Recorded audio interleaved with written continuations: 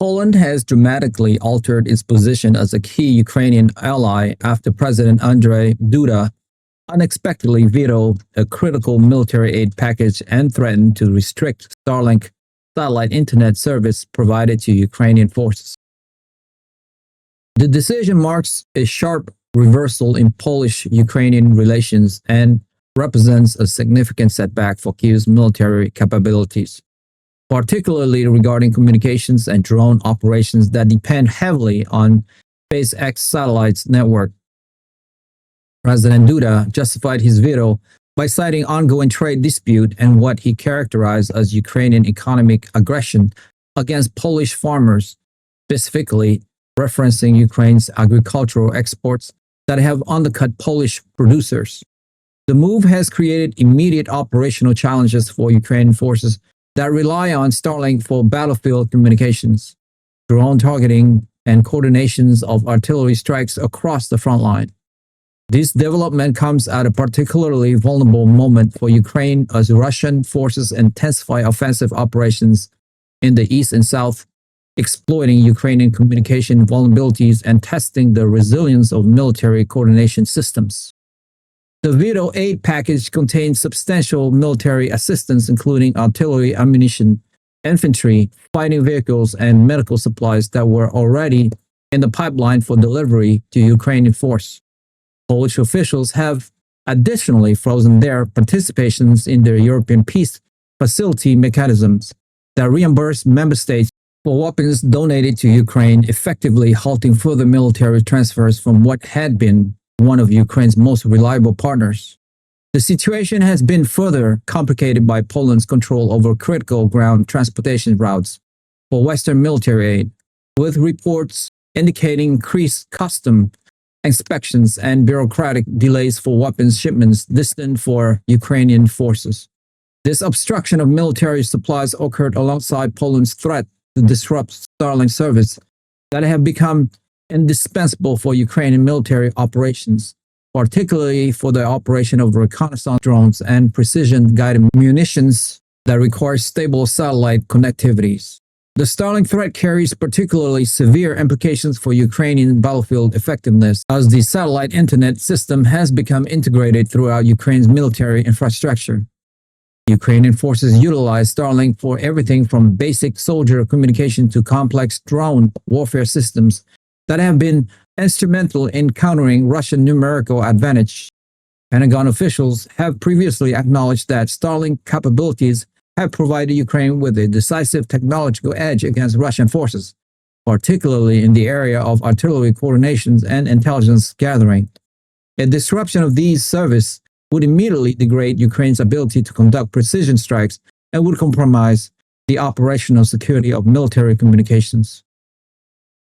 The situation remains fluid, with SpaceX representative reportedly engaged in urgent discussion with both Ukrainian and Polish authorities to maintain service continuity, though the company's compliance with Polish demands would represent a significant escalation in commercial involvement in geopolitical conflicts.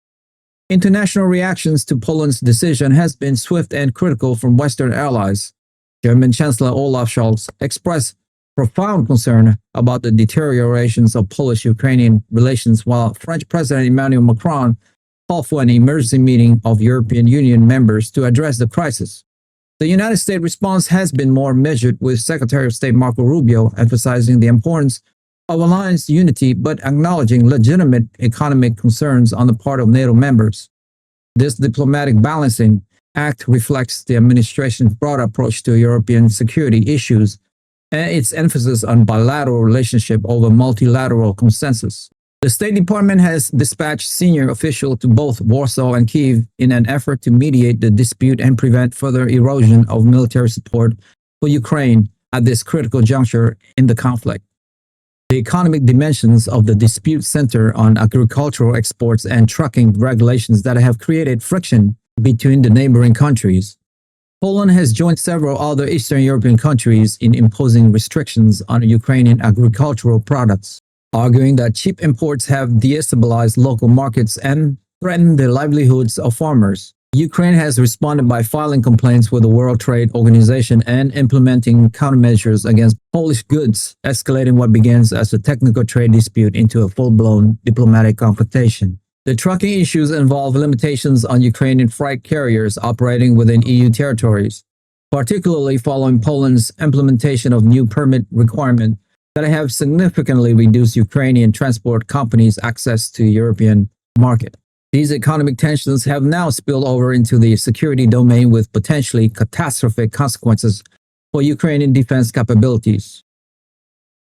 Historical context illuminate how remarkable this deterioration in relations appears given the previously solid alliance between the two countries. Poland had been among Ukraine's most vocal supporters following the full-scale Russian invasion, accepting millions of refugees and serving as the main logistic hub for Western military assistance. The relationship began showing strains after agricultural protests gained political traction in Poland, particularly among rural constituencies that form an important part of the governing coalition's base. Opposition parties have capitalized on these tensions, accusing the government of prioritizing Ukrainian interests over Polish farmers and trucking companies. This domestic political pressure has forced President Duda to take increasingly hardline positions, despite warning from military advisors about the strategic consequence of undermining Ukrainian defense efforts. The practical implications for Ukrainian military operation are already becoming apparent according to frontline reports. Some artillery units have reported communication disruption in border area, while drone operators have experienced intermittent service availability that complicates reconnaissance and attack missions. Ukrainian officials have implemented contingency plans, including increased use of alternative satellite systems and traditional radio communications.